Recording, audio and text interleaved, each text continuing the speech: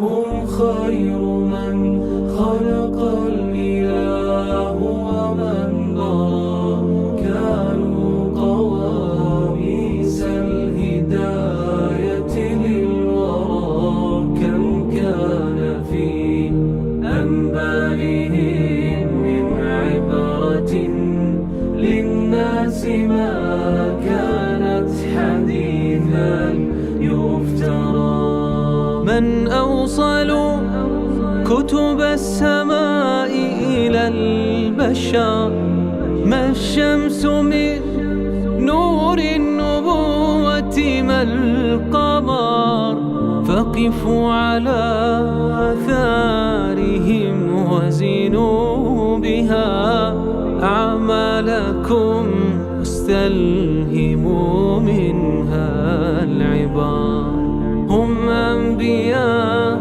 الله والقوم الكرام والتابعون. بسم الله الرحمن الرحيم. Ибрахим, алейхиссалям, сделал то, что никто не осмелился бы сделать, не имея такую же смелость, силу и веру. Он сломал вековых идолов и богов, которым поклонялся его народ наряду с Аллахом. И вот люди начали возвращаться радостные, чтобы увидеть благословения идолов и богов, сошедшие на еду, которую они им поднесли, чтобы увидеть, как боги приняли их жертвы. Они шли радостные и полные надежды в день своего празднования для того, чтобы столкнуться с этой страшной картиной. Их боги были уничтожены. От их богов остались лишь осколки и руины. Боги, которых они унаследовали от своих отцов и предков, лежали уничтоженные перед их глазами. قالوا من فعل هذا بآلهتنا. Послушайте эти слова. Это просто ужасные слова. Человек спрашивает, кто поступил так с моим Богом? Сама постановка вопроса вызывает ужас. Будь у них разум, они не задали бы такой вопрос. Кто разнес в щепки моего Бога? Кто сломал моего Бога? Кто сравнял моего Бога с землей? Как вообще это стало Богом тогда? Просто задумайтесь над этим вопросом. И кто его спрашивает?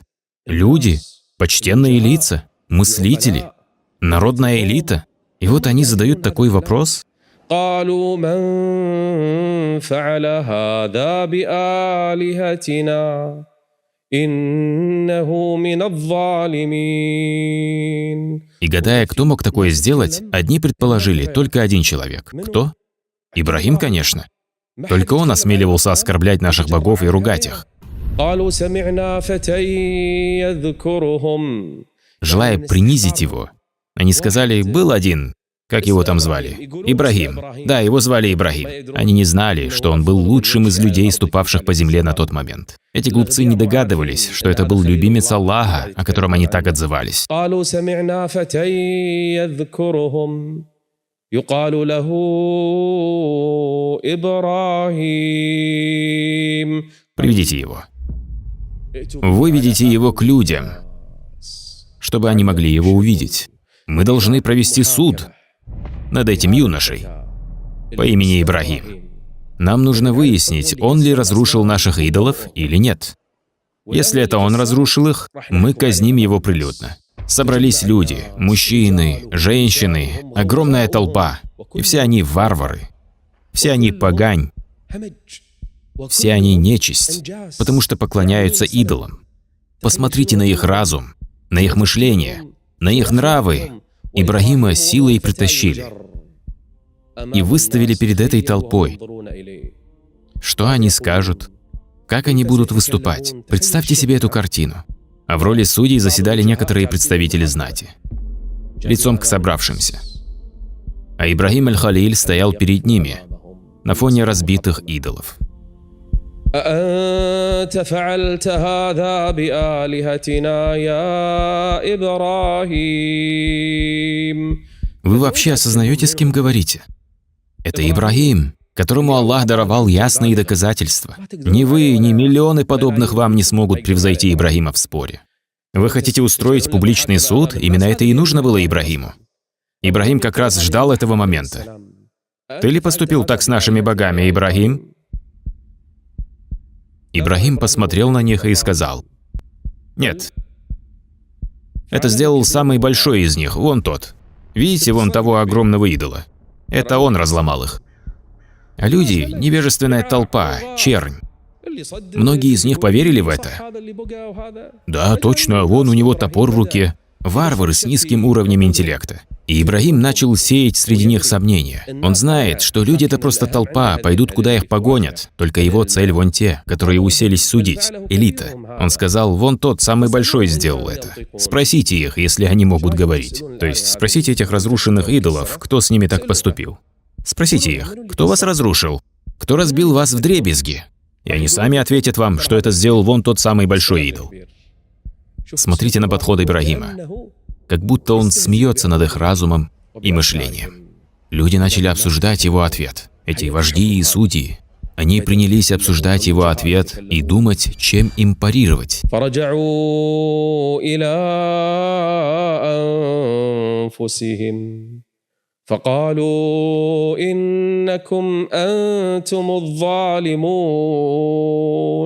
Вот тут на мгновение блеснула чистота и ум. Иногда проблеск здравомыслия может наблюдаться даже у сумасшедшего. Мгновение разума.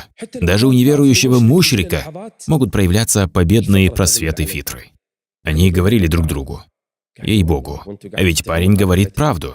Вы же не считаете, что эти идолы и в самом деле достойны поклонения? Это мы настоящие злодеи, и он просто смеется над нами». Но это был лишь недолгий просвет здравого рассудка. В этот момент проявилась их фитра, но длилось это всего несколько секунд перед людьми. А потом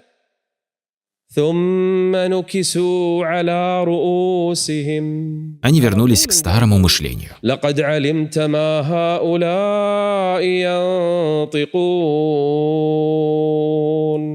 Нет, Ибрагим, ты ведь знаешь, что мы не можем у них ничего спросить. Они ведь не разговаривают. Посмотрите на этот несуразный ответ. Более бестолкового ответа и представить невозможно. Почему вы даете такой глупый ответ? Вы говорите: ты знаешь, что наши боги не способны говорить. Они не могли говорить, когда были целы, а уж тем более сейчас, когда они превратились в груду осколков с пылью. Ты ведь сам понимаешь это.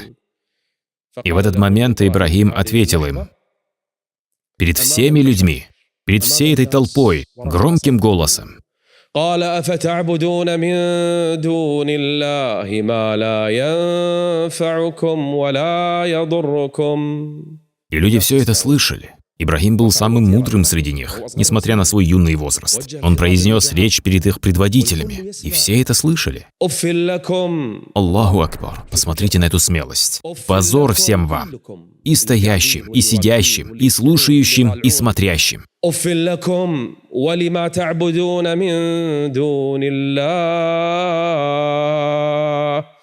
أفلا تعقلون. Все впали в замешательство. Люди в шоке. И что им теперь ему сказать? Логика и здравый смысл на его стороне. А ведь он всего лишь один подросток. Люди начали осознавать. А ведь то, что он говорит, правда. Люди начали верить. Элита испугалась, что толпы пойдут за ним. Они привели его судить, а судит он их. Никто не смог дать ему вразумительного ответа. «Сжечь его!» Люди услышали, как кто-то из толпы крикнул: «Сжечь его! Сжечь его!» Голосов стало больше. «Сожгите его и помогите своим идолам, если вы собираетесь действовать». И вот его схватили. Известие об этом дошло до Нимрода. Он повелел им: «Приведите его ко мне». И его отправили к Нимроду. من أوصل كتب السماء إلى البشر ما الشمس من نور النبوة ما القمر فقفوا على آثارهم. Нимрод был жестоким и несправедливым тираном, который притеснял людей. Его власть распространялась от востока земли до запада.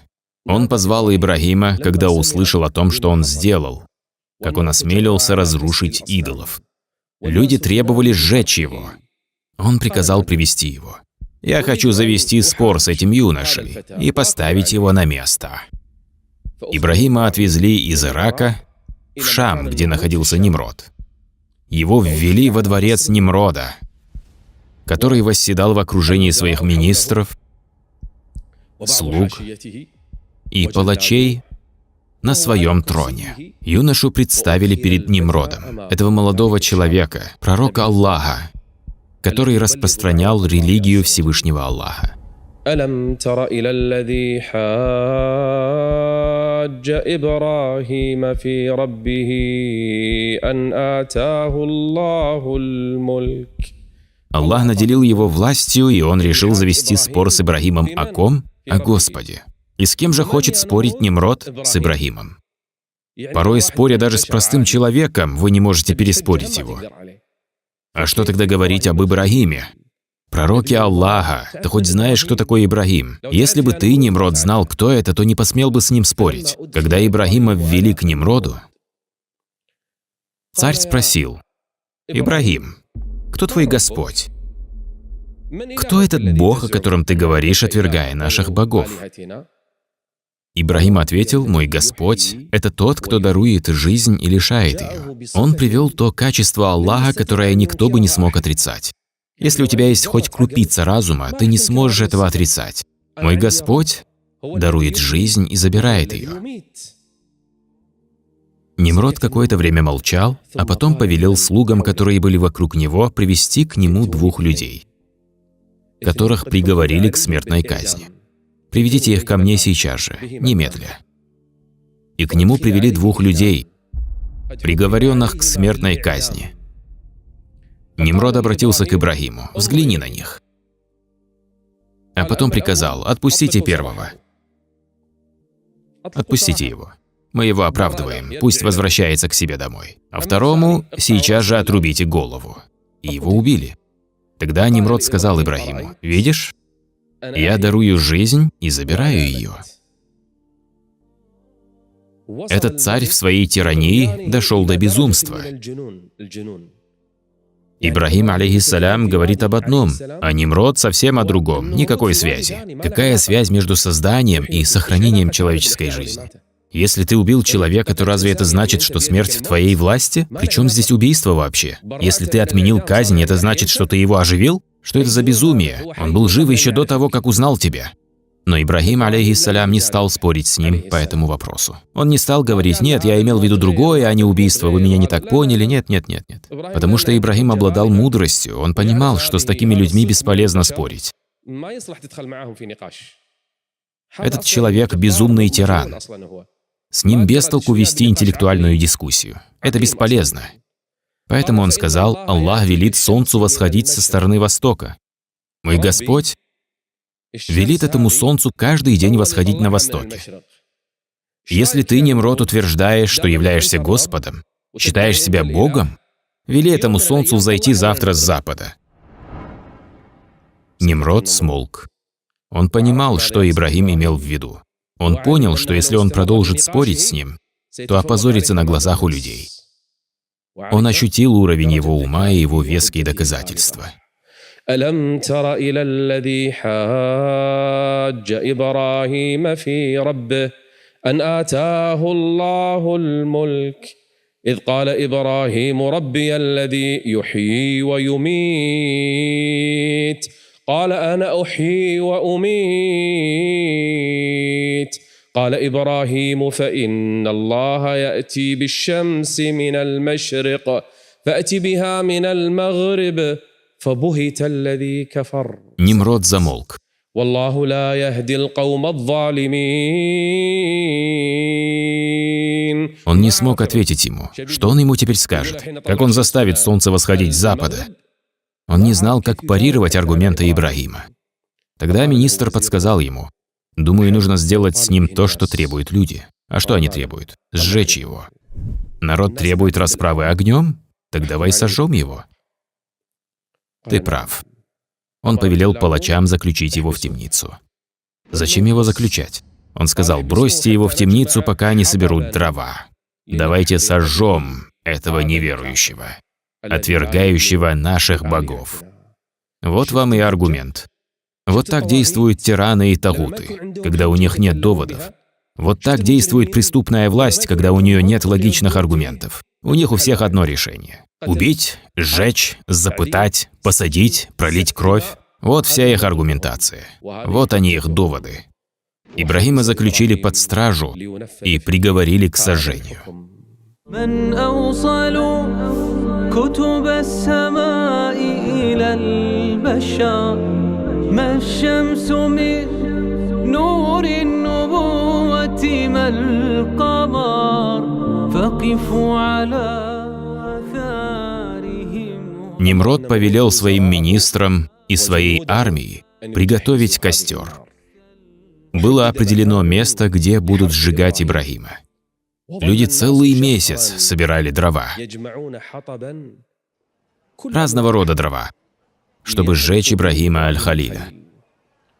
Люди даже начали кричать: قالوا حرقوه وانصروا آلهتكم إن كنتم فاعلين. те, кто хочет отомстить за богов, которых стерли в порошок, которых разбили вдребезги, кто хочет отомстить за них, кто хочет получить их довольство, пусть собирает дрова, чтобы сжечь Ибрагима. Дошло до того, что женщина даже давала обет, что если ее ребенок выздоровеет, она соберет дрова, чтобы сжечь Ибрагима. Они сделали это самой великой жертвой своим идолам и богам. Они собирали дрова и все, что могло гореть, чтобы сжечь аль-Халиля, сжечь нашего господина Ибрагима, алейхиссалям, пока он сидел в темнице. Люди старались, пока не собрали гору дров величиной в целое здание. قالوا ابنوا له بنيانا فألقوه في الجحيم. Около месяца они собирали для него эти дрова, а потом разожгли огонь. Из-за масштаба и огромной площади, которую охватил огонь, люди не могли даже приблизиться к нему. Даже птицы, пролетавшие над костром, даже птицы падали замертво, настолько высоко доходил жар от него. Они сгорали прямо в небе. Этот огонь упоминается в Коране как джахим, то есть адское пекло. Он также упоминается как строение, а не просто кучка дров. Сколько же для этого было собрано топлива? Сколько древесины? Сколько дров собрали люди, чтобы сжечь простого юношу, который призывал их к единобожию? Целый месяц собирали. И растопили огромное пекло. Нимрод повелел привести Ибрагима. Приведите его и свяжите его веревками. Люди опешили: мы не сможем приблизиться к огню, чтобы бросить его туда. Царь сказал: поместите его на трибушет. Знаете, что это такое? Раньше их использовали на войне для метания горящих камней. Поместите его на трибушет, потому что палачи сами не могли приблизиться к огню из-за его величия и жара. О Аллах!